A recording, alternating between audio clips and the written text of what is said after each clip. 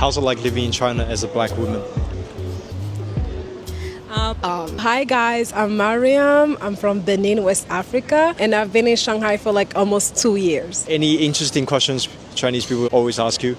I think the first thing they always ask me is, 你是哪里人? And then I'm always like, oh, 我是贝宁西非. And they're like, Benin? Oh, 没听过. Because it's quite a small country. I first came to China when I was like very young. I was around like 6, 7 years old. And I did 2 years of boarding school in Guangzhou. And that's how I learned how to speak Chinese actually. Oh, you do? Yeah. 你是怎么学会中文的？我小时候在广州上了2年的小学，就学会中文了。 What are some misconceptions Chinese people have for African people? I think the first thing is that was the first misconception I had since I was very young is people thought my skin was black because I didn't shower.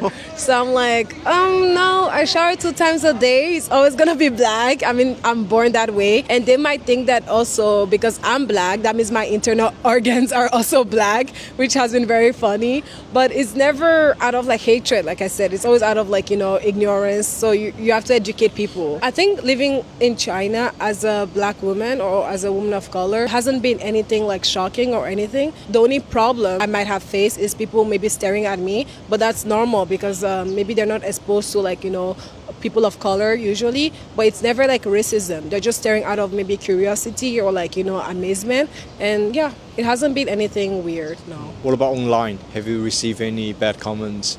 Sometimes I recently opened my Xiaohongshu page, and sometimes when I post like videos or like pictures of me, they can be like, "Hey, Gui" or something, something like that. But I don't take offense to it because for me, it's like they're just villagers or like people of like no big educational background. So I guess when you're pretty, it comes with hate. I definitely agree with that. Yeah. And sometimes when they have enough courage, they come up to me and they're like, "Oh, hi, you're pretty." Maybe they want to get to know me more, and I'm always free to just express myself and get to know them.